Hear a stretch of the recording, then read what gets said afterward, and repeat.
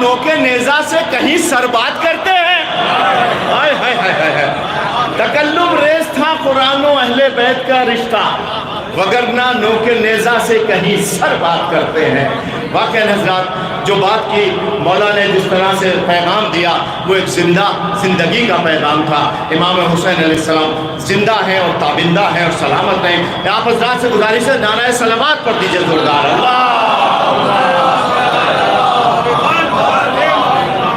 آئیے حضرات، بہت ہی ادب و احترام کے ساتھ آئیے جناب قبلہ و کعبہ شبر علی عابدی صاحب حجت الاسلام کو گزارش کرتا ہوں کہ وہ زیب منبر ہوں اور مسائل و فضائل آل محمد سے آج کی اس محفل کو قبول فرمائیں۔ آپ حضرات سے گزارش ہے ایک مرتبہ اور نعرہ صلوات پڑھ دیجئے، اللہم صلی علی محمد آل محمد۔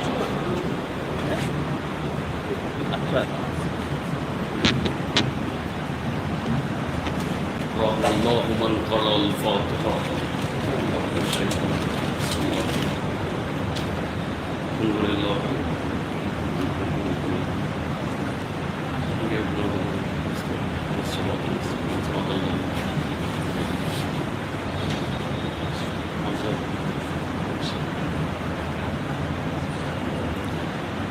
اعوذ باللہ السمیع العلیم من الشیطان الرجیم،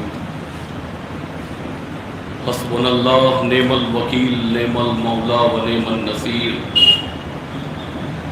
اعوذ باللہ من الشیطان الرجیم، بسم اللہ الرحمن الرحیم۔ الحمد للہ الذی ہدانا لہذا وما کنا لنہتدی لولا ان ہدانا اللہ، لقد جاءت رسول ربنا بالحق، الصلاۃ والسلام علی محمد صاحب التاج والمعراج والبراق والعلم، دافع البلاء والوباء والقحط والمرض والعلم، اسمہ مکتوب مشفوع منقوص فی اللوح والقلم، جسمہ مقدس معطر منور فی البیت والحرم، شمس الضحیٰ بدر الدجا صدر العلا نور الہدی، ابی الزہراء و ابی القاسم محمد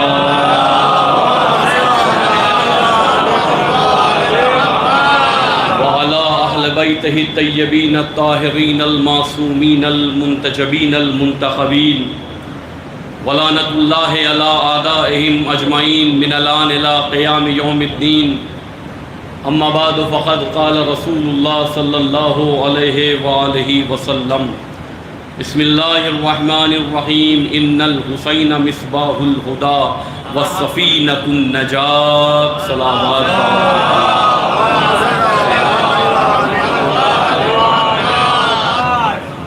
سرکار امام مظلوم کربلا کے نام کی مجلس ہے۔ خطیب اول نے اور اس کے بعد شورا اکرام نے بارگاہ مولا میں خراج عقیدت پیش کیا۔ 4 مصرے ملاحظہ فرمائیں، اس کے بعد گفتگو شروع کی جائے۔ یہ شان اور یہ شوکت حسین دیتے ہیں، یہ شان اور یہ شوکت حسین دیتے ہیں، ہمارے گھر میں بھی برکت، یہ شان اور یہ شوکت حسین دیتے ہیں، ہمارے گھر میں بھی برکت حسین دیتے ہیں، تو عزا کے نام پہ 2 ماہ خرچ کرتے ہیں، تو سال بھر ہمیں دولت حسین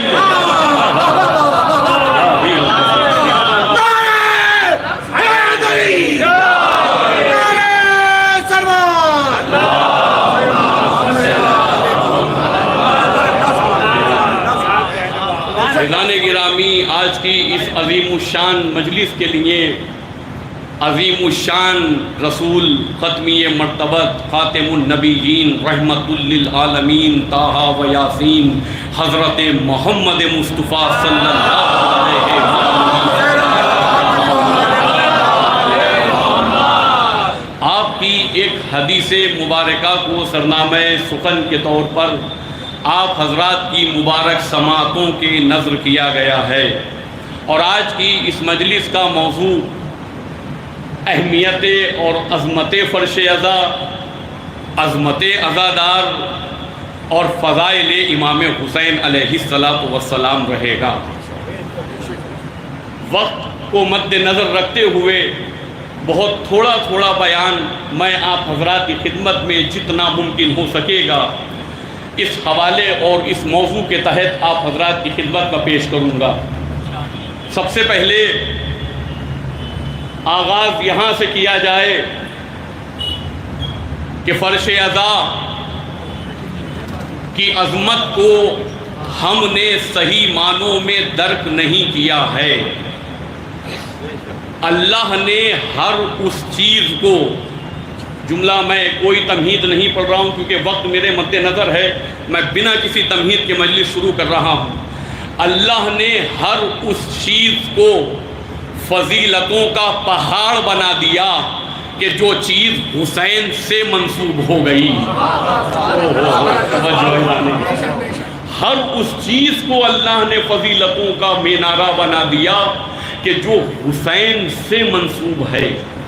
قبروں میں سونے والے اگر اٹھ کر ہم سے بات کرنے لگتے تو ہمیں پتہ چلتا کہ یہاں پر بیٹھنا قبر میں کتنا کام آتا ہے۔ کتنی برکتیں ہیں کہ جو وہاں بھی کام آتی ہیں، یہاں بھی کام آتی ہیں۔ ہم نے عظمت فرش عزا کو درک نہیں کیا ہے، ہم نے سمجھا ہی نہیں ہے کہ اس کی عظمتیں، اس کی بلندیاں، اس کی رفعتیں کیا ہیں، اس کو کس منارہ منزلت پہ اللہ نے پہنچا دیا ہے۔ اللہ نے کتنی عظمتوں سے اس فرش عزا کو رکھ دیا ہے۔ دو ہی مقامات مجھے نظر آئے اور دونوں کے بارے میں روایت ملی، ایک فرش عزا اور ایک نماز جماعت۔ بھائی توجہ اذان گرامی، ایک فرش عزا اور ایک نماز جماعت۔ نماز جماعت کے بارے میں روایت ملی کہ اگر لوگوں کو نماز جماعت کے ثواب کا علم ہو جائے تو گھروں سے اذان کے وقت بھاگتے ہوئے مسجدوں کی طرف جائیں تاکہ نماز جماعت میں شرکت ہو جائے۔ اور یہی روایت پھر کس کے بارے میں؟ فرش عزا کے بارے میں ملی کہ اگر عظمت فرش عزا کا علم ہو جائے، فرش عزا کی اہمیت کا اندازہ ہو جائے تو پھر لوگ بھاگ کے دوڑ کے اپنے گھروں سے نکلیں گے تاکہ فرش عزا پر بیٹھنے کا شرف نصیب ہو جائے۔ لیجئے دلیل پیش کر رہا ہوں اور یہاں سے پہلا جملہ آج کی مجلس کا آپ حضرات کی سماعت کی نظر کیا جائے گا۔ ایک کربلا کے عالم نے جناب حبیب ابن مظاہر کو خواب میں دیکھا، توجہ رکھیے گا، جناب حبیب ابن مظاہر کو کربلا کے ایک بزرگ عالم نے خواب میں دیکھا تو پہلا سوال یہ کیا، اے حبیب یہ بتائیے اللہ نے تمہیں اتنی فضیلتوں سے نواز دیا کہ کربلا میں حسین کے ساتھ بیٹھنے کا شرف نصیب ہوا، تمہیں حسین نے رجل فقی کہا ہے، تمہیں حسین نے قد بھیج کے بلایا ہے، تمہیں حسین کے ساتھ شہادت کا مرتبہ نصیب ہوا۔ اتنی منزلتیں پانے کے باوجود بھی اے حبیب یہ بتائیے کہ کیا دل میں کوئی ایسی آرزو رہ گئی ہے کہ جس کی تمنا دل میں باقی رہ گئی ہو؟ تو جناب حبیب ابن مظاہر نے جواب دیا، اگر اللہ مجھے دوبارہ زندگی دے دے تو اپنی پوری زندگی فرش حسین پر بیٹھ کے گزار دوں۔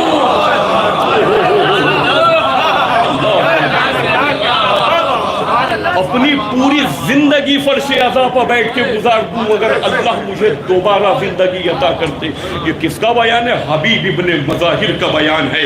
تو اس فرش عزا کو چھوٹا نہ سمجھیے، اس فرش عزا کو معمولی نہ سمجھیے۔ آئیے میں، کیونکہ مجھے اور بھی چیزیں بیان کرنی ہے، لہذا میں آپ حضرات کی خدمت میں حضرت آیت اللہ شیخ جعفر شوستری نے اپنی کتاب خصائص الحسینیہ میں اس چیز کو نقل کیا ہے۔ انہوں نے فرش عزا کے، توجہ رکھیے گا، فرش عزا کے 14 نام ذکر کیے ہیں کہ فرش عزا کا نام کیا ہے۔ کتاب کا حوالہ دے دیا میں نے، خصائص الحسینیہ عالم کا نام بتا دیا، آغائے شیخ جعفر شوستری۔ یہ اتنی عظیم کتاب کا نام میں آپ حضرات کی خدمت میں لے رہا ہوں کہ یہ 2 جلدوں پر مشتمل کتاب ہے، لیکن اس کتاب کی شرح میں 5 جلدیں علماء نے اور تحریر کر دی ہیں۔ اتنی عظیم کتاب ہے۔ اس کتاب میں آغائے شیخ جعفر شوستری نے فرش عزا کے 14 نام ذکر کیے ہیں کہ فرش عزا کسے کہتے ہیں۔ اب میں نے کہا مجھے 3 چیزیں بیان کرنی ہے تو بس مختصر میں آپ حضرات کی خدمت میں عرض کر دوں۔ پہلا نام انہوں نے فرش عزا کا جو اپنی کتاب میں لکھا، توجہ رکھیے گا عزیزان گرامی، پہلا نام جو انہوں نے لکھا اس میں لکھا انہو، توجہ، انہو مصلی اللہ، فرش عزا کو اللہ کا مصلی کہا جاتا ہے۔ جو فرما رہے ہیں انہو مصلی العباد نہیں کہا، بندوں کا مصلی نہیں کہا ہے، انہو مصلی اللہ، اسے اللہ کا مصلی کہا جاتا ہے۔ تو عزیزان گرامی ہمارا جو مصلی ہوتا ہے، ہم نماز پڑھتے اس لیے وہ ہمارا مصلی ہے، میں نماز پڑھتا ہوں وہ میرا مصلی ہے، اللہ کہہ رہا ہے فرش عزا میرا مصلی ہے، یہ اللہ کا مصلی ہے۔ تو اللہ تو نماز پڑھتا نہیں ہے بھائی، وہ اللہ ہی کہاں ہوگا جو سجدے میں سر جھکا دے؟ تو پھر یہ اللہ کا مصلی کہنے کا کیا مطلب؟ توجہ ہے نا عزیزان گرامی، اللہ کا مصلی کہنے کا کیا مطلب؟ جواب آیا اللہ نماز تو نہیں پڑھتا، لیکن ایک کام اور ہے جو اللہ کرتا ہے۔ کہا وہ کون سا کام ہے؟ کہا قرآن نہیں پڑھا ہے، ان اللہ و ملائکتہ یصلون علی النبی۔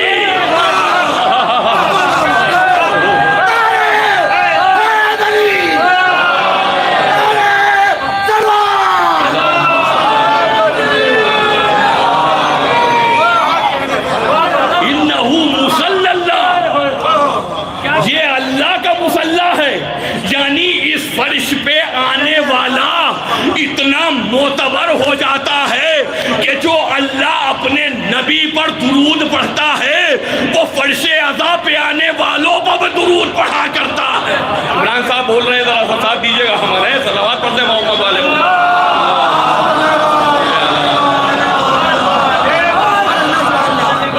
انہو مصلی اللہ، وقت نہیں ہے، ایک جملے پہ پوری ایک مجلس کتاب ہو سکتی ہے۔ دوسرا جملہ سن لیجئے، میں مختصر کر کے بیان کر رہا ہوں۔ انہو مصلی اللہ، یہ فرش عزا اللہ کا مصلی ہے۔ انہو منظر الحسینیہ،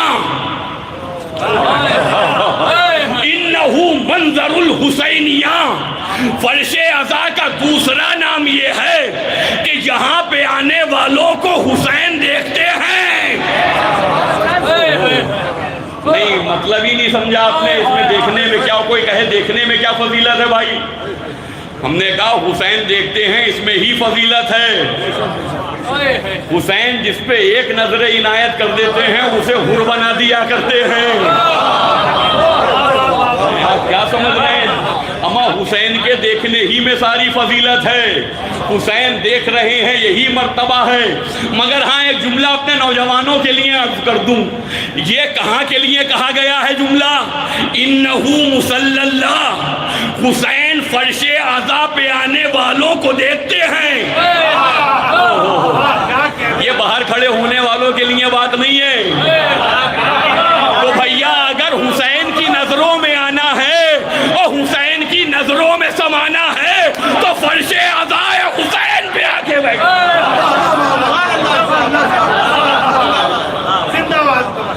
گزارش ہے آپ تمام حضرات سے ذرا سا آگے تشریف لے آئیں، بڑی مہربانی ہوگی، ایک نعرہ صلوات پڑھ دے محمد والے میں۔ آ جائیں ذرا سا آگے آ جائیں۔ سلام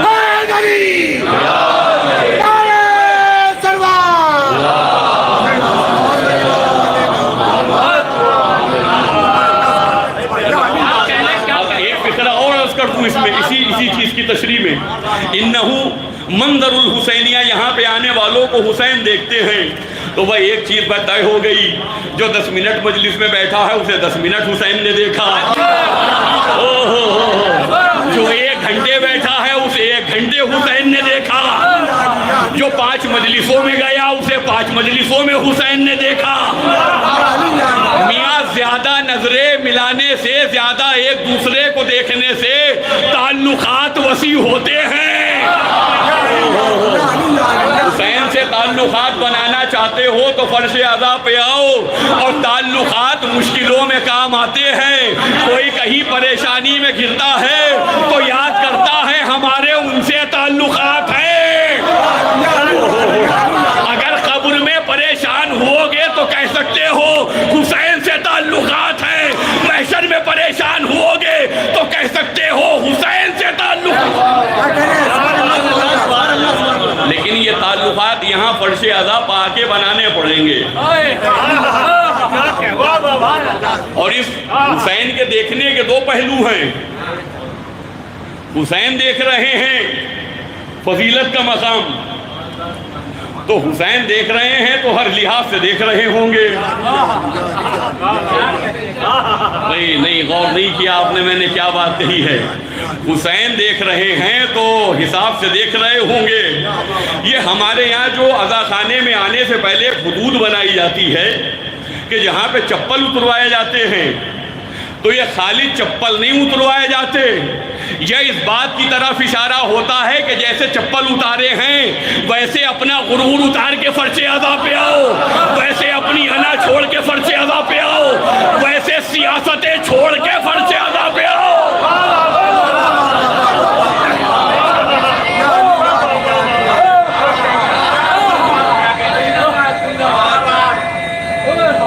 سلامت رہے ملتے رہیے.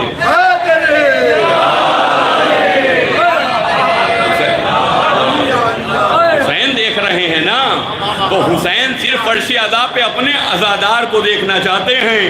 آپ کے غرور اور آپ کے تکبر اور آپ کی انا اور آپ کی ایگو کو نہیں دیکھنا چاہتے. حسین کے عزادار بن کے آئیے.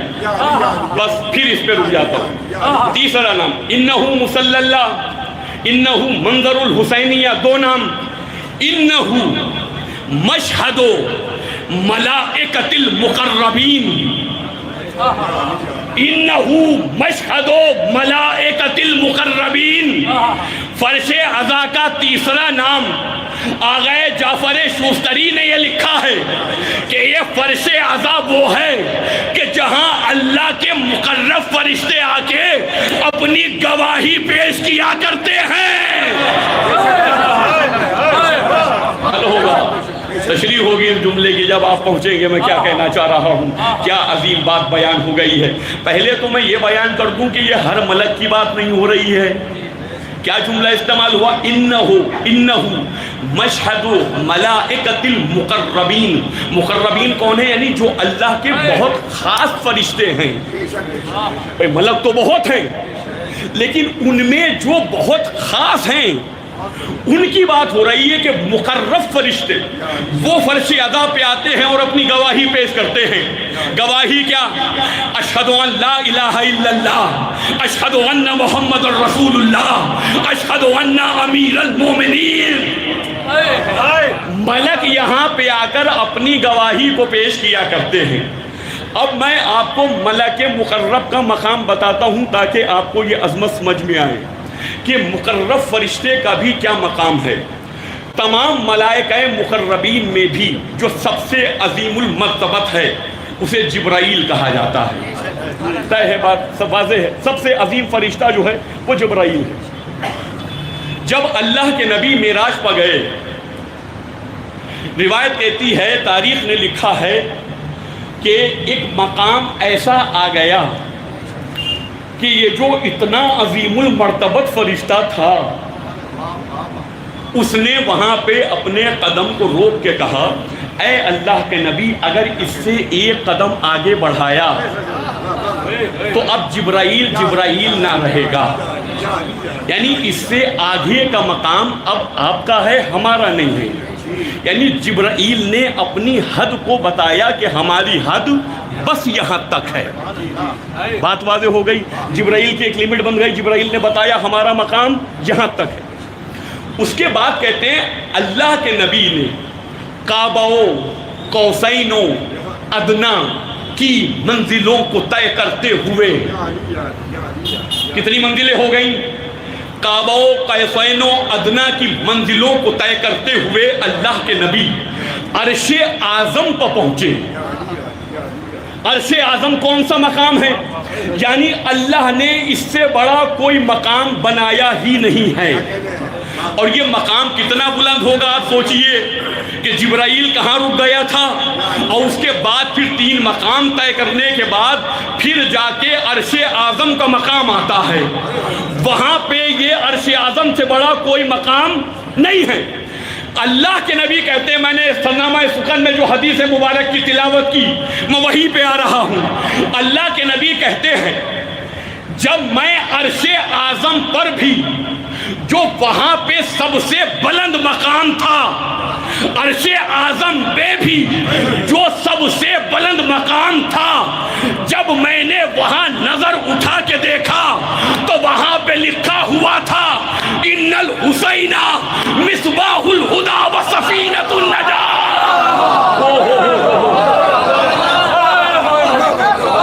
سمجھے آپ کیا یعنی یہ کون سا مقام ہے جہاں وحدانیت خدا اور نبی کے علاوہ کوئی ہے ہی نہیں۔ ارے بھائی سمجھیے میں کیا کہہ رہا ہوں، یعنی مطلب یہ ہوا جہاں اللہ اور نبی کے علاوہ کسی کا وجود نہیں، وہاں بھی نام حسین لیا جا، وہاں بھی نام حسین موجود۔ اللہ کے نبی مسجد نبوی میں بیٹھے ہوئے امام حسین علیہ السلام کی ایسی منزلت بیان فرما رہے تھے۔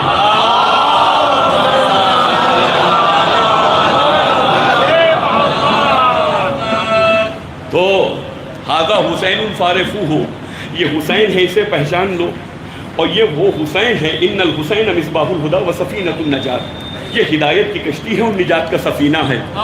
منقبت حسین ہر ایک کے دل پہ اثر نہیں کرتی۔ بزم رسالت میں بیٹھنے والوں کو بھی بعض ایسے تھے کہ جنہیں قصیدہ اہل بیت ہضم نہیں ہوا کرتا تھا، تو ایک صاحب بیچارے اٹھ کے نبی کی حمایت میں بولنے لگے، ارے اے یا نبی اللہ، یہ تو آپ کا مرتبہ ہے، یہ تو آپ کا مقام ہے، سفینہ نجات جب آپ موجود ہیں تو آپ کے علاوہ کون ہو سکتا ہے، چراغ ہدایت جب آپ موجود ہیں تو آپ کے علاوہ کون ہو سکتا ہے۔ بھائی آپ کو چراغ ہدایت ہونا چاہیے، آپ کو سفینہ نجات ہونا چاہیے۔ نبی کے چہرے پہ ایک مرتبہ جلال آ گیا اور نبی نے کہا تو حسین کی فضیلتوں کا منکر بنتا ہے۔ جب میں شب معراج پہ گیا تھا تو یہی روایت نبی نے وہاں پہ بیان کی کہ میں نے نام حسین عرش اعظم پر لکھا ہوا دیکھا۔ اب میں آپ سے ایک سوال کرتا ہوں، اگر مجھے کسی ایسے گھر میں مہمان کر دیا جائے کہ جس گھر کو میں نہیں پہچانتا، توجہ رکھیے گا، جس گھر کو میں نہیں پہچانتا ایسے گھر میں مجھے ٹھہرا دیا جائے، اور وہاں پہ یہاں پہ یا حسین لکھا ہوا ہو، وہاں پہ نام علی کا بینر لگا ہوا ہو، یہاں پہ نام حسین لکھا ہوا ہو، اور آ کے مجھ سے کوئی پوچھنے لگے قبلہ کہاں پہ بیٹھے ہیں، کس کا مکان ہے، کہاں پہ بیٹھے ہیں آپ، کیا جواب ہوگا میرا؟ بولیے ذرا کیا جواب ہوگا میرا؟ بھائی یہاں یا حسین لکھا ہے، وہاں یا حسین لکھا ہے، یہاں یا حسین لکھا ہے، کوئی پوچھے مولانا کہاں بیٹھے ہو، کیا جواب ہوگا میرا؟ بس دو ہی باتیں ذہن میں آئیں گی، یا تو یہ کسی شیعہ کا گھر ہے یا عزا خانہ حسین ہے۔ بھائی دو ہی باتیں آئیں گی نا، یا تو کسی شیعہ کا گھر ہے یا یہ عزا خانہ حسین ہے۔ عرش اعظم پہ نبی کہہ رہے ہیں میں نے ان الحسین مصباح الہدی و سفینۃ النجات لکھا ہوا دیکھا، میں نے نام حسین جگہ جگہ لکھے ہوئے دیکھا، تو وہاں پہ کسی شیعہ کا تو گھر ہو نہیں سکتا، تو ماننا پڑے گا کہ اللہ نے عرش اعظم پر عزا خانہ حسین بنایا۔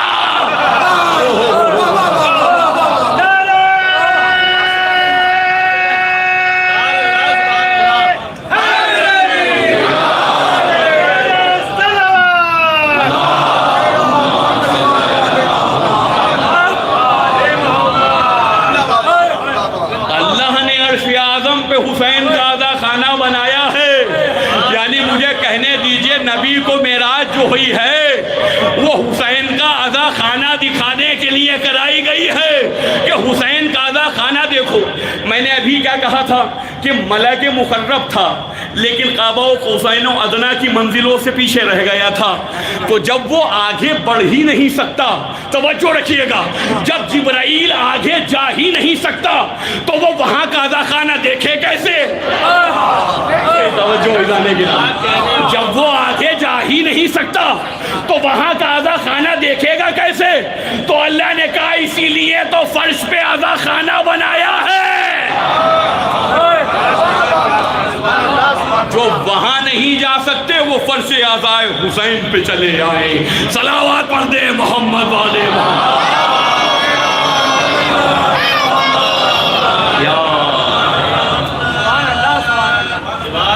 ایک بات کا جواب دیتا چلوں, ذہنوں میں تو باتیں آتی رہتی ہیں نا لوگوں کے. ایسے ہی اس جگہ پہ بات ہوئی تو اس میں ہوا کہ جنت میں حسین کی مجلس ہوگی, جنت میں حسین کا ذکر ہوگا. میں اسی کتاب جو میں نے نام لیا, اگر آپ کو حدیثیں سنانے لگوں خصائص الحسینیہ کی, ایسی ایسی حدیثیں ہیں کہ غیر تو کیا اپنوں سے ہضم نہیں ہو پائے. وہ فضیلتیں ہیں امام مظلوم کربلا کی, قسم خدا کی وہ فضیلتیں. بھائی جنت میں مجلس کا کیا مطلب ہے مول صاحب؟ بھائی جنت تو امن کا مقام ہے, اور جب مجلس ہوگی تو پھر رونا رولانا ہوگا, رونا رولانا ہوگا تو پھر وہاں پہ غم پیدا ہوگا. اور جنت تو وہ مقام ہے کہ جہاں پہ غم کا سوال ہی نہیں ہو سکتا. مگر بھائی بڑا سوال اچھا نکال کے لے کے آئے ہو, مگر اس سے یہ پتہ چل گیا کہ قرآن پر نظر نہیں ہے آپ کی. بھائی توجہ ایزانے کے نامی, یہ کہا جا رہا ہے کہ بھائی یہ تو اس طرح پیدا ہو جائے گا, غم کا ماحول جنت میں پیدا ہو جائے گا. پڑھا لکھا مجمع بیٹھا ہے میرے سامنے, پوری ذمہ داری سے کتاب کا نام کا حوالہ میں نے آپ کو بتایا ہے کس کتاب سے پڑھ رہا ہوں, بہت معتبر عالم کی کتاب سے پڑھ رہا ہوں. کیا بات ہے کہ جنت میں اگر رونا رولانا ہو گیا تو وہاں تو پھر غم ہو جائے گا. تو میں نے کہا قبلہ قرآن کی ایک آیت پڑھی ہے, اس میں اللہ نے کہا الا بذکر اللہ لتطمئن القلوب.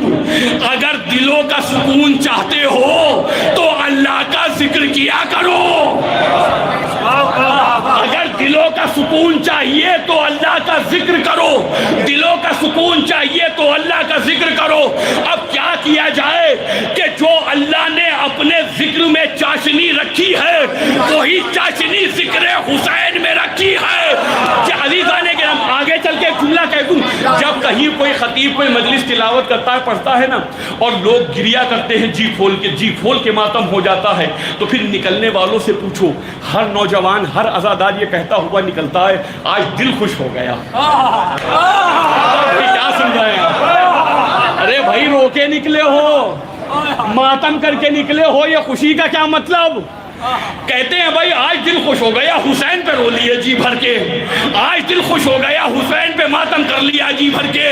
اما جنت میں جب حسین کی مجلس ہوگی تو اللہ نے کہہ دیا وہ دل بے چین نہیں ہوں گے, ذکر حسین سے دلوں کو آرام نصیب ہوگا.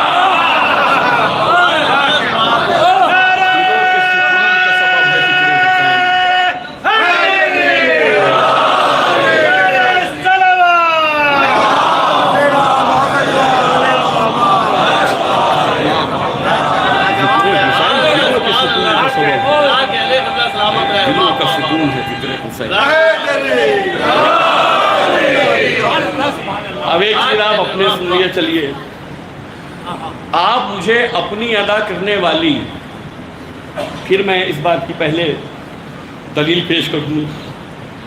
علامہ جعفر شوستری جب یہ کتاب لکھ رہے تھے تو وہ خود کہتے ہیں کہ بھائی مجھے تو خود ڈر لگ رہا تھا میرے بڑے گناہ ہیں, تو بار بار ہر ایک نقطے کو لکھنے کے بعد مجھے یہ ہوتا تھا کہ اہل بیت کوئی نہ کوئی حدیث لا کے سامنے رکھ دیا کرتے تھے کہ جس سے سکون نصیب ہو جاتا تھا کہ نہیں میری بخشش کا بھی ذریعہ ہو سکتا ہے. ایک نہ ایک حدیث ایسی سامنے آ جاتی تھی. وہ کہتے میں یہ سوچ کے پریشان ہوا, توجہ رکھیے گا جانو, میں آرام سے آہستہ سے یہ چیز پڑھوں گا سمجھ کے. کہتے میں یہ سوچ کے پریشان ہو رہا تھا کہ اللہ کی کوئی عبادت ایسی ہے جس کے بارے میں آپ یہ کہہ سکتے ہو کہ ابھی آپ نماز پڑھی, آپ نے مغربین میں نماز پڑھی کہہ سکتا ہے کوئی جو ابھی نماز پڑھ کے آئے ہیں وہ قبول ہو گئی؟ ہے کسی کے پاس گارنٹی؟ رمضان المبارک میں 30 روزے رکھنے کے بعد عید الفطر کے دن عید مناتے ہوئے کوئی کہہ سکتا ہے کہ میرے 30 دن کے روزے قبول ہیں؟ نہ، سوال ہی نہیں ہے۔ وہ اللہ کی اس اوپر ہے، وہ قبول کر لے تو اس کی مرضی، قبول نہ کرے تو اس کی مرضی۔ لاکھوں روپے خرچ کر کے آپ زمانے کے لیے حاجی بن کے آ سکتے ہیں، لیکن اپنے آپ سے پوچھئے، اپنے آپ سے سوال کریے کہ یہ جو حج کر کے آئے ہیں یہ قبول ہو گیا؟ تو آپ کے پاس ہے گارنٹی کا آپ کہیں کہ جی ہاں قبول ہو گیا؟ پتہ ہی نہیں آپ کو قبول ہوا یا نہ ہوا۔ آپ ان کو زکوٰۃ دے رہے ہیں، ہے گارنٹی آپ کے پاس یہ جو دیا ہے اللہ نے قبول کر لیا؟ عمل بالمعروف نہیں انل منکر کر رہے ہیں آپ، ہے کسی کے پاس گارنٹی کہ وہ یہ کہے کہ ہاں قبول ہو گیا؟ کسی کے پاس گارنٹی نہیں۔ ایک مرحلہ۔ دوسرا، چلیے مرحلہ یہ کہ چلے ہم نے یہ مان لیا کہ جو نماز پڑھ کے آئے تھے آپ، یہ قبول ہوئی ہے، تو کیا اس بات کی گارنٹی ہے کہ یہ بچی رہ جائے گی؟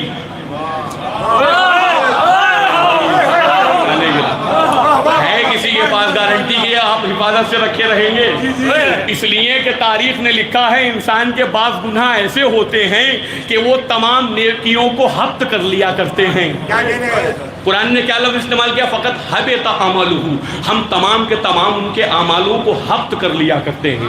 حبط کا مطلب ہوتا ہے یعنی ایسا ہو جانا کہ جیسے آپ نے کوئی کام انجام دیا ہی نہیں ہے، بالکل خالی ہو جانا انسان۔ تو بھائی پہلے مرحلے میں عزیزو، میں نے فرض ادا کی عظمت بیان کی، ایک میں آپ کے لیے یہ عرض کر رہا ہوں، توجہ رکھیے گا، کسی عبادت کی پہلے مرحلے میں یہ گارنٹی ہے ہی نہیں کہ وہ قبول ہے یا نہیں ہے، اور اگر قبول ہو گئی یہ مان لیا جائے تو اس کے بچے رہنے کی کوئی گارنٹی نہیں۔ تمام عبادات میں فقط فرش اعضاء پہ آنے کا ایک ثواب ایسا ہے، تمام عبادات میں فقط فرش اعضاء وہ عبادت ہے کہ جو اس عبادت میں شریک ہو گیا اسے اس پہ ثواب مل کے رہے گا۔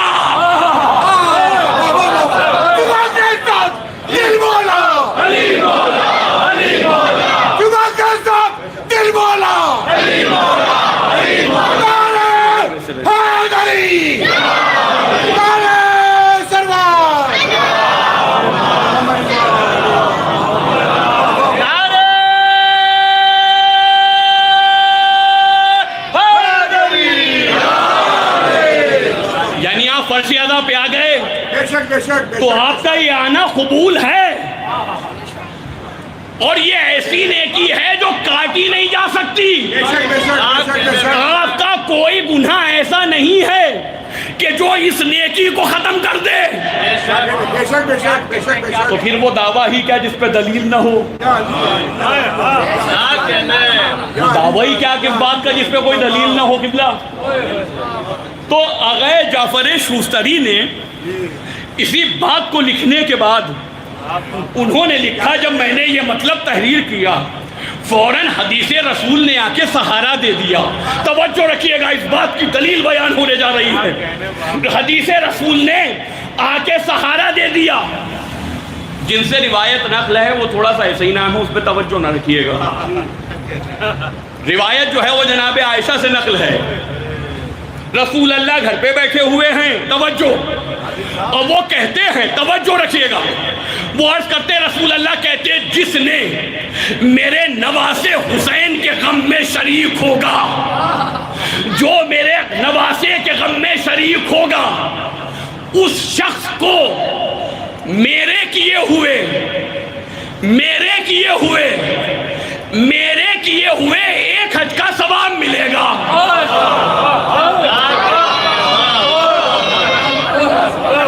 یہ جو میں نے 3 مرتبہ کہا میرے کیے ہوئے، میرے کیے ہوئے یہ ایسے نہیں دہرایا ہے، مجھے پتا ہے کہ سن تو آپ نے پہلی ہی بار لیا تھا، یہ میں زبان رسالت کی تصدیق اور ان کے پاور دکھانا چاہ رہا ہوں۔ تو یہ کہتی ہیں محترمہ کہ جب انہوں نے تعجب کیا اللہ کے نبی ایک حج کا ثواب، نبی نے فوراً کہا میرے کیے ہوئے 2 حجوں کا ثواب۔ جیسے ہی انہوں نے 2 پہ تعجب کیا کہا میرے کیے ہوئے 4 حجوں کا ثواب، جیسے ہی 4 پہ تعجب کیا کہا میرے کیے ہوئے 8 حجوں کا ثواب۔ اب میں کہاں تک آپ کو گناتا رہوں؟ تاریخ نے لکھا ہے 99 تک بات پہنچی تو معظمہ خود خاموش ہو گئیں، ورنہ نبی ثواب بڑھاتے رہتے۔ میرے کیے ہوئے حج کا ثواب ملے گا، یہ وہ نیکی ہے کہ جو قبول بھی ہے، جو گناہ کے ذریعے سے مٹائی بھی نہیں جا سکتی۔ کیوں نہیں مٹائی جا سکتی میاں؟ اس لیے نہیں مٹ سکتی کہ نبی کہہ رہے ہیں کہ میرے کیے ہوئے حج کا ثواب۔ کوئی کہہ سکتا ہے کہ نبی کا حج قبول ہوا یا نہیں ہوا؟ ہے بھیا کوئی ایسا جو یہ کہے کہ میاں نبی کے حج کے بارے میں پتہ نہیں کہ قبول ہوا یا نہ ہوا؟ نبی کا کیا ہوا ہر حج قبول ہے، اور ہماری بخشش کے لیے تو نبی کا ایک حج میں سے رکھا ہوا صرف 1 قدم ہی کافی تھا۔ یہ تو عظمت حسین کو بتانا تھا کہ حسین کی عظمت کو پہچانو کہ حسین کس چیز کا۔ ہم نے فرش ازا کی عظمتوں کو درک نہیں کیا، ہم نے اپنی عظمتوں کو نہیں پہچانا۔ فرش ازا پہ آنے کا مقام کیا ہے؟ ایک چیز ہے جملہ، جب بھی کسی امام نے اپنا تعارف پیش کیا ہے 3 جملے ایسے تقریباً ہر امام نے وہ بیان کیے، مولا علی نے، امام حسن نے، امام حسین نے، جناب زہرا نے، کربلا میں امام حسین نے انہی جملوں کو اپنے تعارف میں بیان کیا۔ ان میں سے ایک جملہ ہے نحن مادن الرسالہ، نحن اہل بیت النبوہ، ایک جملہ نحن مادن الرسالہ، اور تیسرا جملہ نحن مختلف الملائکہ، ہم وہ ہیں کہ جن کے گھر پہ فرشتوں کا آنا جانا ہے۔ تو بھائی آپ کہہ سکتے ہیں اس میں کون سی فضیلت ہے، فرشتے تو ہمارے گھر پہ بھی آتے ہیں۔ بھائی کوالٹی تو یہ ہوتی ہے کہ جو آپ میں ہے وہ اور کسی میں نہ ہو۔ آپ کہہ رہے ہیں کہ اہل بیت یہ اپنی تعریف بیان کر رہے ہیں کہ ہمارے یہاں فرشتوں کا آنا جانا ہے، تو اس میں کیا اہل بیت کی فضیلت ہوئی؟ بھائی اور کوئی ملک آئے کسی کے گھر پہ نہ آئے، ایک ملک تو ایسا ہے کہ ہر گھر پہ آ کے دروازہ کھٹکھٹاتا ہے،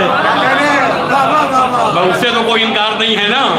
ایک ملک تو آئے گا اور ہر گھر پہ آ کے رہے گا۔ اور اس کے علاوہ روایات میں ملتا ہے کہ مومنین کے گھروں پہ بھی ملائکہ آتے رہتے ہیں۔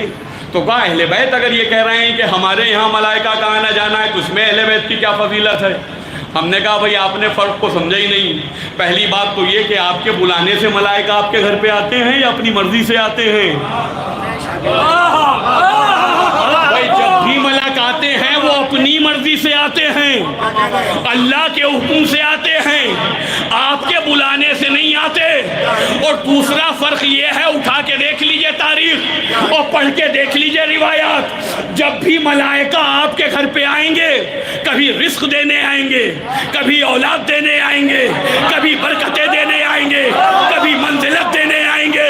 میں نے کہا اب بھی بتانا پڑے گا، یہ بات سمجھ میں آ گئی میاں آپ کے گھر پہ آنے میں اور اہل بیت کے دروازے پہ آنے میں یہی فرق ہے کہ ان کے آپ کے دروازے پہ ملک جب بھی آتے ہیں تو کچھ نہ کچھ دینے آتے ہیں، اہل بیت کے دروازے پہ جب بھی آتے ہیں کچھ نہ کچھ لینے آتے ہیں۔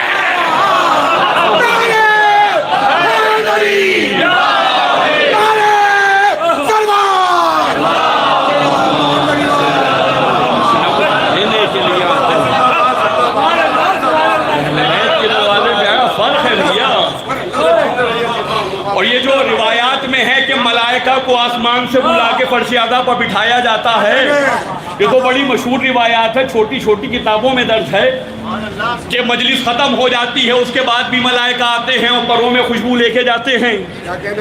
تو جب اتنا بڑا عہدہ تھا کہ ملک تھا تو فرش اعلیٰ پر بلا کے عزادار کیوں بنایا جا رہا ہے؟ بھائی توجہ فرما رہے ہیں آپ؟ فرش اعضا پر بلا کے عزادار کیوں بنایا جا رہا ہے؟ بھائی کسی بھی کام میں پرموشن ہوتا ہے، ڈیموشن نہیں ہوتا۔ بھائی اگر ملک ہونا بڑا عہدہ ہے تو پھر اسے عزادار کیوں بنایا جا رہا ہے؟ ملک ہونے کے باوجود زمین پہ بلا کے، فرش اعضا پر بٹھا کے، حسین پہ گریہ کرا کے، اسے عزادار بنا کے اللہ یہ بتانا چاہ رہا ہے کہ ملائکہ سے زیادہ عظمت فرش اعضا پہ آنے والے عزاداروں کی ہے۔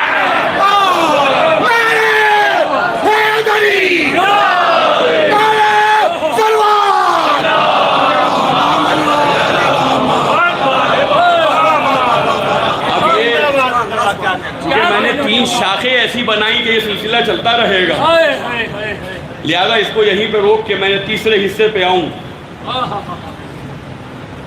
وہ یہ کہ آپ اگر یہ پہچاننا چاہتے ہیں کہ صاحبان ایمان کون ہوتے ہیں کہ جنہیں عزادار کہا جاتا ہے، تو پہلے یہ پہچاننا پڑے گا کہ خود ایمان کسے کہا جاتا ہے۔ مختلف جگہوں کے پڑھے لکھے افراد، اردو جاننے والے افراد میرے سامنے بیٹھے ہیں۔ میں آپ کی سماعتوں کے کہتا نہیں ہوں یہ جملے اس طریقے کے، لیکن پھر بھی یہ کہوں گا آپ کی سماعتوں کا توجہ دیکھنا چاہوں گا کہ میری طرف توجہ کتنی ہے۔ امتحان تو ہم کیا لیں گے بھیا آپ کا، آپ بہت اچھا سن رہے ہیں۔ صلوات پڑھیں محمد علیہ۔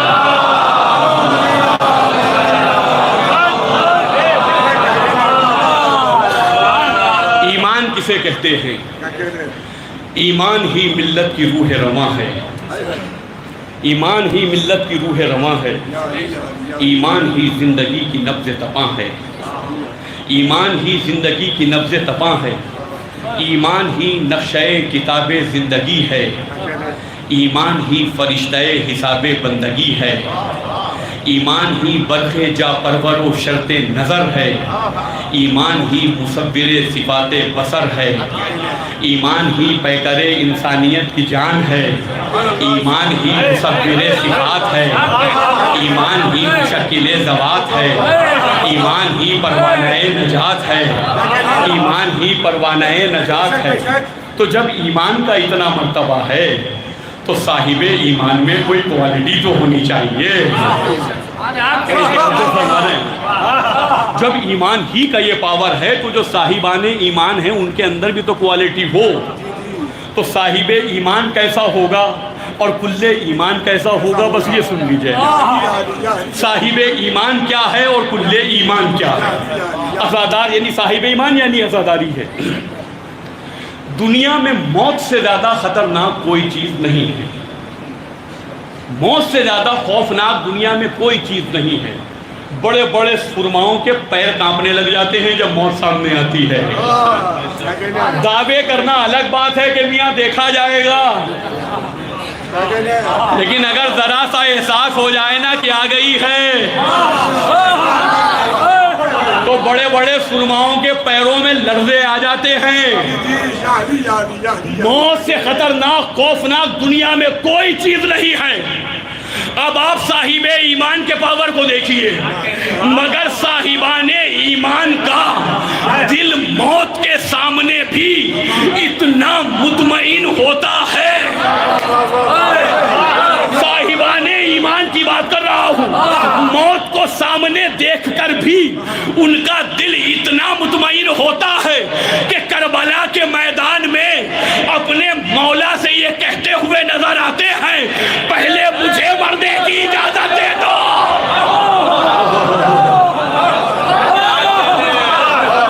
پہلے مجھے مرنے کی اجازت دیجیے مولا، پہلے مجھے میدان میں جانے کی اجازت دیجیے مولا، پہلے مجھے جانے کی اجازت دے دیجیے۔ تو یہ صاحب ایمان کا اطمینان ہے، توجہ رکھیے گا، یہ صاحب ایمان کا اطمینان ہے کہ موت سامنے کھڑی ہو تو اس کے پیروں میں لرزہ نہیں آتا، بلکہ موت کی نگاہوں میں نگاہیں ڈال کر اس جرأت سے آگے بڑھتا ہے۔ اگر مولا کا اشارہ ہو جائے ابھی اپنی قربان کر دوں. اگر مولا کہتے ابھی اپنے سر کو مولا کے قدموں میں جھکا دوں تو یہ صاحب ایمان کا اطمینان ہے. لیکن جو کل ایمان ہوتا ہے اس کا اطمینان اتنا بلند ہوتا ہے کہ پھر بندوں نہیں, پھر اسے خدا پکار کے کہتا ہے یا ایتھا النفس المطمئنہ.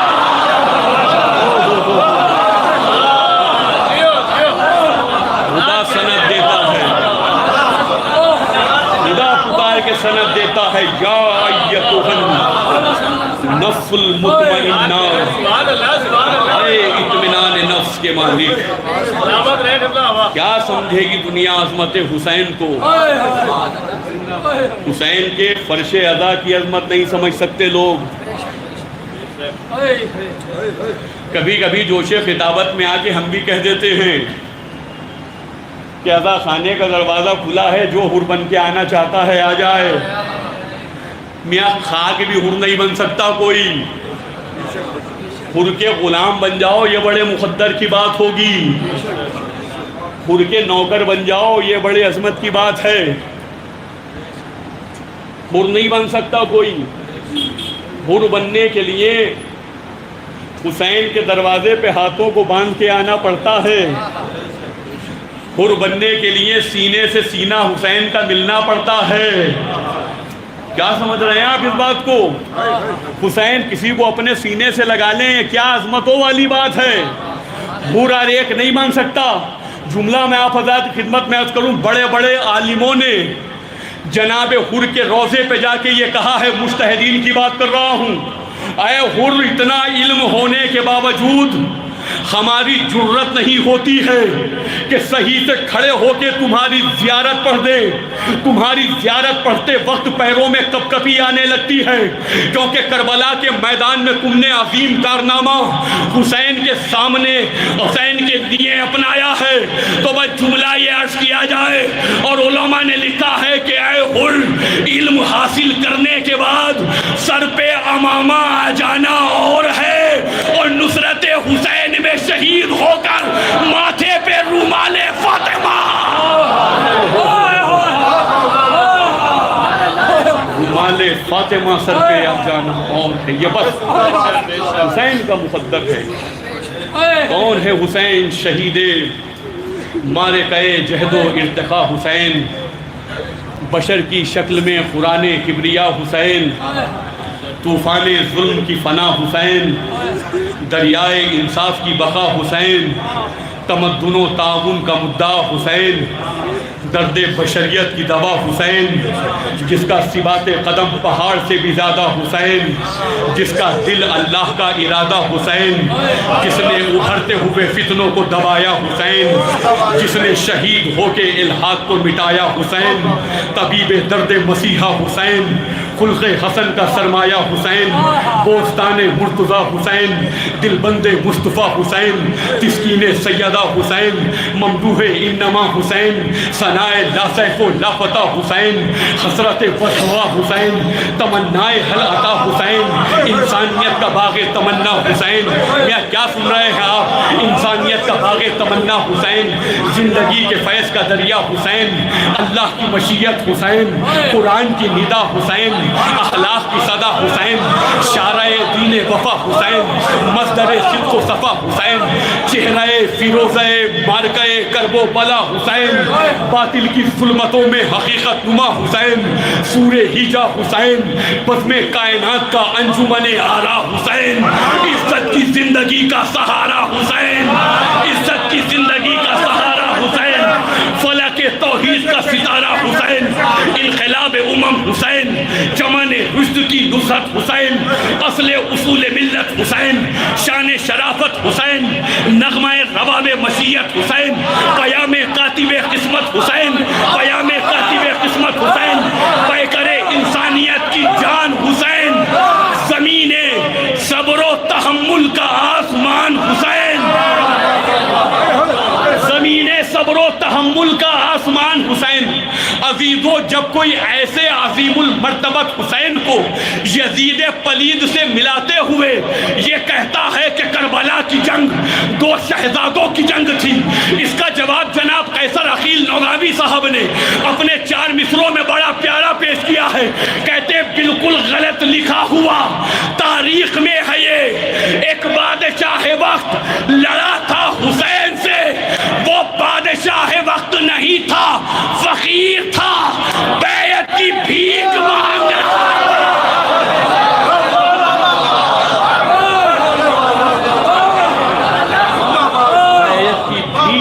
رہا تھا حسین سے.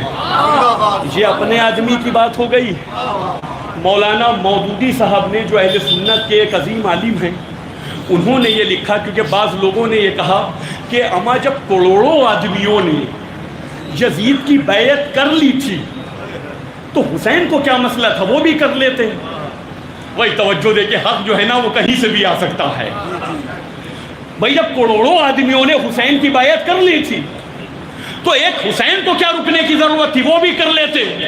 تو مولانا مودودی نے لکھا ہے اس بات کو، وہ کہتے ہیں یہ سوال ہی غلط ہے کہ جب کروڑوں آدمیوں نے بیعت کر لی تو حسین نے کیوں نہیں کری. انہوں نے کہا یہ سوال ہی غلط ہے. سوال یہ ہونا چاہیے کہ جب حسین نے بیعت نہیں کی تو امت مسلمہ نے.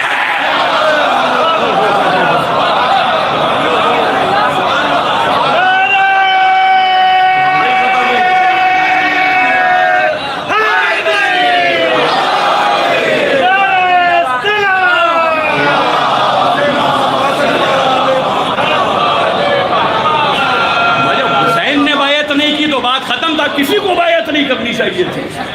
سوال اصل میں یہ ہے کیوں یہ دین کو بچانے والے ہیں، یہ وارث دین ہیں، اب ان کے حساب سے دین چلے گا. اگر امت مسلمہ کو دین چاہیے تو اسی گھرانے سے تو دین ملے گا، اور جب حسین ہی نہیں ہے تو دین کہاں ہے. وہ جو خواجہ معین الدین چشتی نے کہا ہے نا شاہ است حسین بادشاہ است حسین، تو جو خواجہ نے یہ کہا ہے نا کہ حسین شاہ ہیں، حسین بادشاہ ہیں، یہ ابتدائے فضیلت حسین ہے. بھائی توجہ، یہ انتہائے فضیلت حسین نہیں ہے، یہ ابتدائے فضیلت حسین ہے کہ انہوں نے جتنا پہچانا اتنا بیان کر دیا کہ حسین شاہ ہیں اور حسین بادشاہ ہیں. لیکن ایک قرآن مجید میں آیت ہے، وہ میں یہیں پہ انشاءاللہ بات کو تمام کر دوں. قرآن مجید میں ایک آیت ہے، بسم اللہ الرحمن الرحیم، وَمَا أَنزَلْنَا إِلَيْكَ الْكِتَابَ لِتُبَيِّنَ الَّذِينَ اخْتَلَفُوا فِيهِ هُدًى وَرَحْمَةً لِقَوْمٍ يُؤْمِنُونَ. ارشاد ہوا ہم نے قرآن کو اس لیے نازل کیا ہے، یعنی مقصد نزول قرآن کو اللہ بیان کر رہا ہے. توجہ رکھیے گا، ہم نے قرآن کو اس لیے نازل کیا تاکہ اس کے ذریعے سے لوگوں میں جو اختلافات پائے جاتے ہیں وہ قرآن کے ذریعے سے دور کر لیے جائیں. ویسے قرآن رحمت بھی ہے اور ہدایت بھی ہے. یہ اس آیہ مبارکہ کا ترجمہ. اچھا، اس کا مطلب یہ ہوا کہ قرآن جو ہے وہ اختلافات کو ختم کرنے کے لیے آئی ہے. اب ہم نے جلدی جلدی بیان کر رہا ہوں، توجہ رکھیے گا اس چیز پہ پوری توجہ، تاکہ بات صحیح طریقے سے منتقل ہو، غلط طریقے سے نہ منتقل ہونے پائے. قرآن کے نزول کا مقصد اختلافات کو ختم کرنا. اب ہم نے جو قرآن اٹھا کے دیکھا، یہاں سے توجہ، جب ہم نے قرآن کو اٹھا کے دیکھا تو متن قرآن کے علاوہ، الفاظ قرآن کے علاوہ، جب ہم نے قرآن کے ترجموں پر نظر کی، جب ہم نے قرآن کی تفاسیر پہ نظر کی، توجہ رکھیے گا، تو ہمیں ملا ان کا ترجمہ الگ، ان کا ترجمہ الگ، اس فرقے نے الگ ترجمہ کیا، اس فرقے نے الگ ترجمہ کیا، انہوں نے الگ تفسیر لکھی، انہوں نے الگ تفسیر لکھی. دیکھیں ثواب سب کا اپنی جگہ محفوظ ہے، ایسا نہیں ہے کہ انہیں اس کا ثواب نہیں ملے گا، کیونکہ جس نے جس لفظ کے جو معنی سمجھے اپنی صلاحیت کے مطابق اس نے ویسا ترجمہ کر دیا. لیکن عزیزان گرامی، ظاہری نگاہوں سے دیکھنے میں ہمیں یہ لگا کہ جو کتاب آئی ہی اختلافات کو ختم کرنے کے لیے تھی، جس کتاب کے نزول کا مقصد ہی یہ تھا کہ اس کے ذریعے سے اختلاف ختم ہو، جب ہم نے اس کے ہی ترجمے پر نظر کیا، جب ہم نے اس کی ہی تفاسیر پہ نظر کی، تو اسی میں اختلاف پایا جا رہا ہے۔ یہ کچھ اور کہہ رہے ہیں، وہ کچھ اور کہہ رہے ہیں، وہ کچھ اور کہہ رہے ہیں، وہ کچھ اور کہہ رہے ہیں۔ تو ان کے اختلاف نظر سے ایک بات کا پتہ چلا کہ یہ حافظ کتاب تو ہیں، توجہ رکھیے گا، یہ حافظ کتاب تو ہیں، یہ معلم کتاب تو ہیں، لیکن نہ یہ وارث کتاب ہیں، نہ یہ محافظ کتاب۔ توجہ اذانے کی رامی ذرا ساتھ دیجیے ہیں۔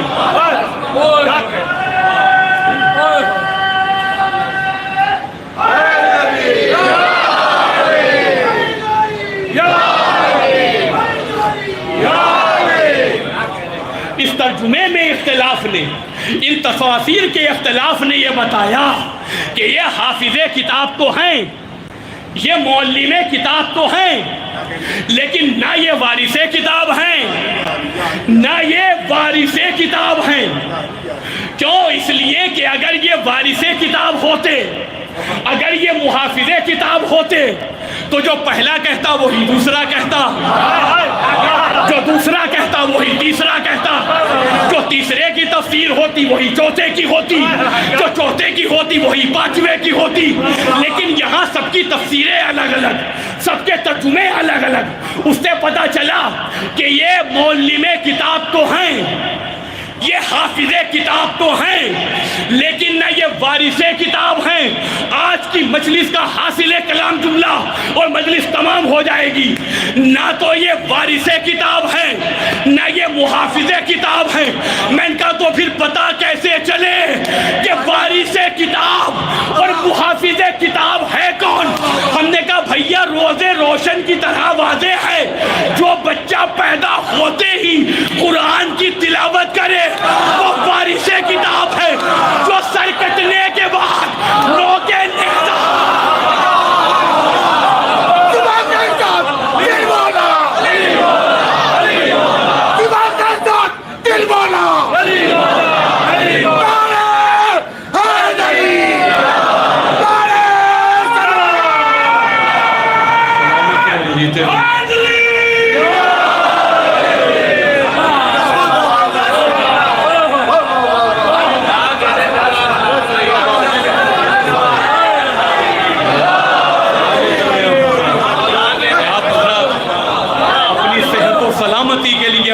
بلند نعرہ صلوات ارشاد فرمائیں۔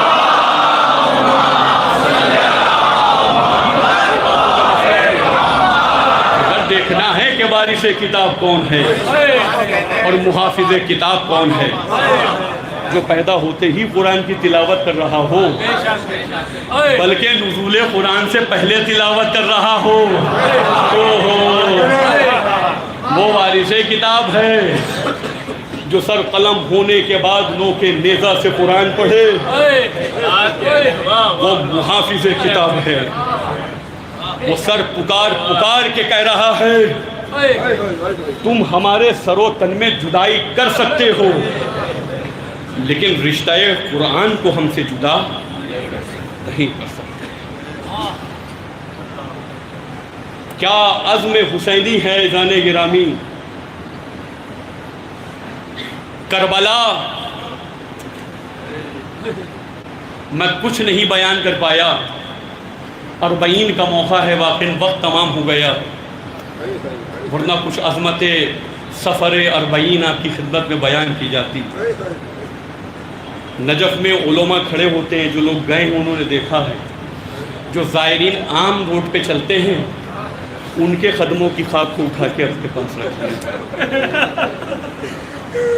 جو عام لوگ چلتے ہوتے ہیں نا، ان کی قدم ہائے خاک کو اٹھا کے بطور تبرک رکھا جاتا ہے۔ قدم ثواب کے لیے لوگ ہاتھ جوڑ کے کھڑے رہتے ہیں، جو قدم چل رہے ہیں 1 یا 2 قدم کا ثواب ہمیں دے دیں۔ کیا برکتیں نصیب ہوئی ہیں حسین! تاریخ کی مگر کوئی جنگ ایسی مظلومانہ جنگ ہے ہی نہیں جیسی کربلا میں ہوئی ہے۔ توجہ سے سنیے گا۔ مصائب کا بیان شروع ہو رہا ہے۔ حسین کے باوفا صحابی کو بات چھوڑیے،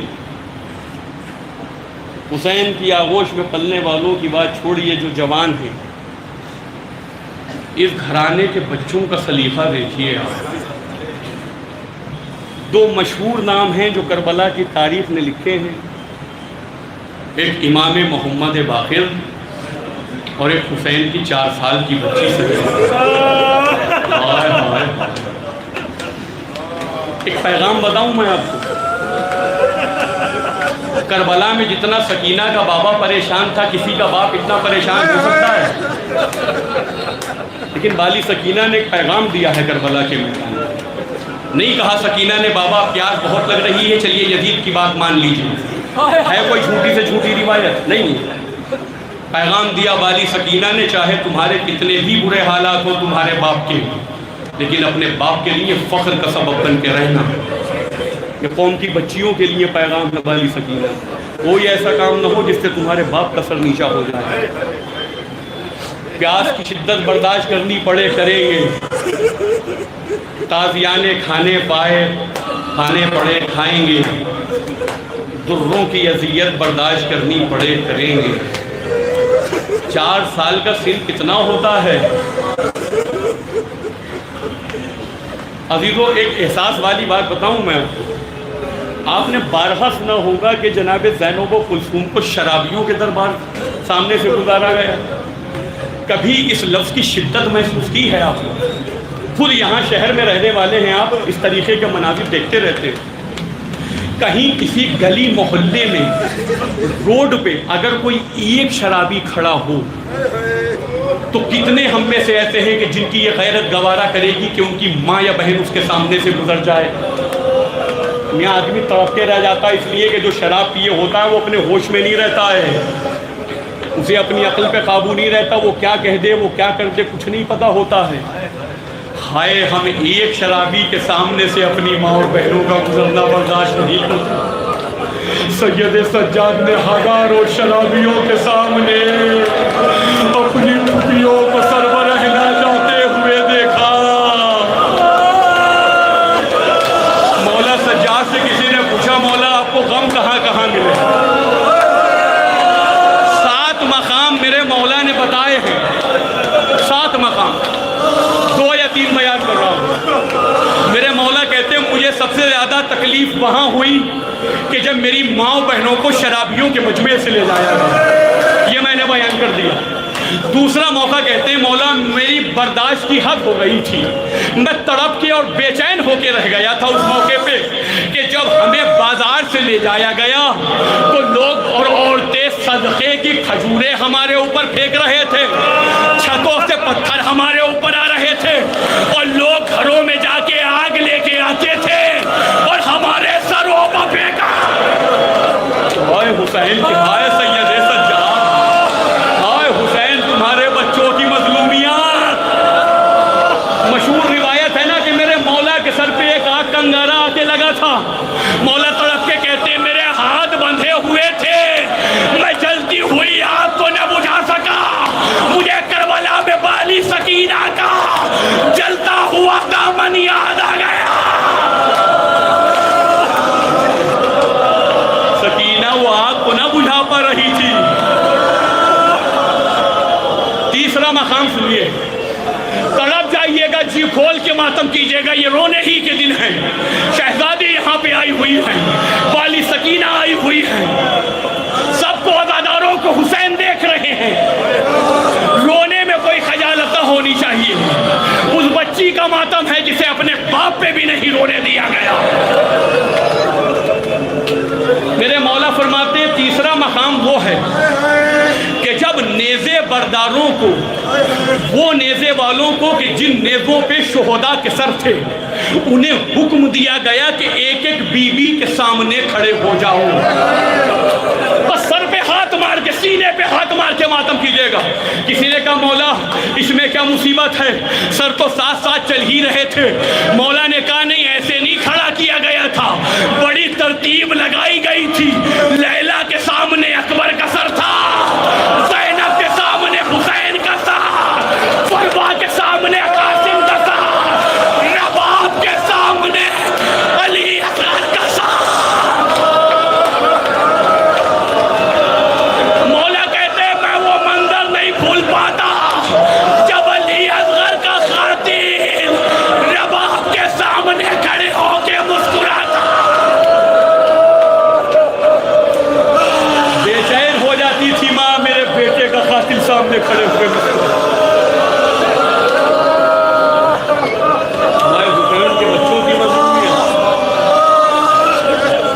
ایک روایت پڑھ رہا ہوں اور بس اسی پہ جب لٹا ہوا قافلہ چلا تھا نا، مظلومیت دیکھیے گا، جب لٹا ہوا قافلہ چلا تھا، قاری کہتی راستے میں ایک جگہ پہ اتنی شدت کی گرمی پڑی تھی، آپ تو اندازہ لگا سکتے ہیں اس وقت کہ جو اونٹ اور گھوڑے جنہیں گرمی میں چلنے کی عادت ہوتی ہے، ان سے وہ گرمی برداشت جب نہ ہوئی تو حکم دیا گیا قافلہ روک دیا جائے، روئیے گا، حکم دیا گیا قافلے کو روک دیا جائے۔ قافلہ رک گیا، تمام سپاہیوں کے لیے خیمے لگا دیے گئے، تمام جانوروں کے لیے شامیانے باندھ دیے گئے۔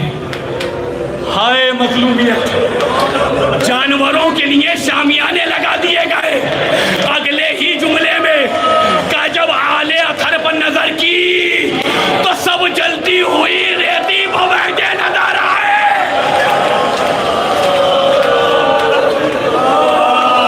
جانور سائے میں ہیں، مظلومیت دیکھ رہے ہیں آپ حسین کے بچوں کی۔ پانی پلانے کا سلسلہ شروع ہوا، بالی سکینہ نے پھوپھی اماں سے کہا پھوپھی اماں اجازت ہو مجھ سے تھوڑا سا پانی لے لوں؟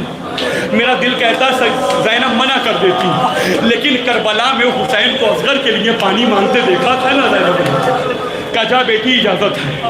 سکینہ شمر کے پاس آئی، اے شمر مجھے تھوڑا سا پانی دے دے۔ منع نہیں کیا ظالم نے، کہتا سکینہ ہماری فوج کے سپاہی پانی پی رہے ہیں، جب سپاہی پانی پی لیں گے تب تمہیں پانی ملے گا۔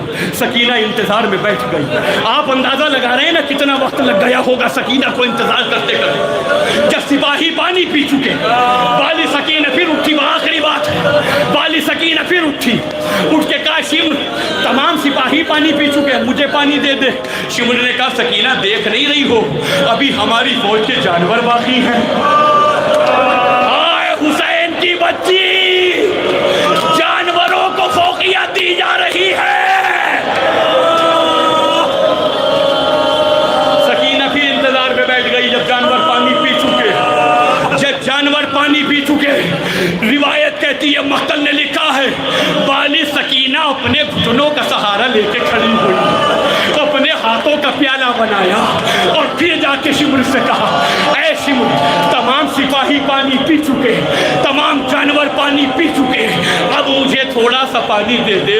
تاریخ نے لکھا شمر نے مشک کا منہ کھولا، سارا پانی حسین کی بچی کے سامنے جلتی ہوئی ریتی کو بہا دیا۔ کہا سکینہ ساری دنیا پانی پانی ہو جائے، حسین کی بچی کے لیے میرے پاس پانی نہیں۔ آخری شکرہ، مجلس تمام ہو رہی ہے، پرسہ دے لیجئے گا۔ علماء نے اس حدیث میں آگے لکھا ہے کہ جب شمر نے یہ پانی جلتی ریتی پر بہایا، وہاں پہ جتنا بھی پانی جمع ہوا، سکینہ نیچے بیٹھی، اپنے دونوں ہاتھوں میں پانی جمع کیا، دوڑتی ہوئی وہاں پہ آئی جہاں سید سجاد اور زینب کبریٰ بیٹھی ہوئی تھی، اور جب اتنی دور چل کے آنے کے بعد سکینہ نے اپنے ہاتھوں کو دیکھا تو بالی سکینہ نے پھر اپنے ہاتھوں کو خالی پایا۔ اتنی دور آنے میں پانی پھر ہاتھ سے گر گیا۔ زینب نے تڑپ کے کہا اے لاڈلی سکینہ جب پانی پینا ہی تھا تو اتنی دور آنے کی کیا ضرورت، میری لاڈلی جہاں پانی چلو میں لے لیا تھا وہی پی لیا ہوتا۔ بس تڑپ کے سکینہ نے کہا اے پھوپھی اماں آپ کیا سمجھ رہی ہیں، سکینہ اپنے لیے پانی مانگ رہی، ارے جس کا 6 مہینے کا بھیا کربلا میں پیاسا مارا گیا،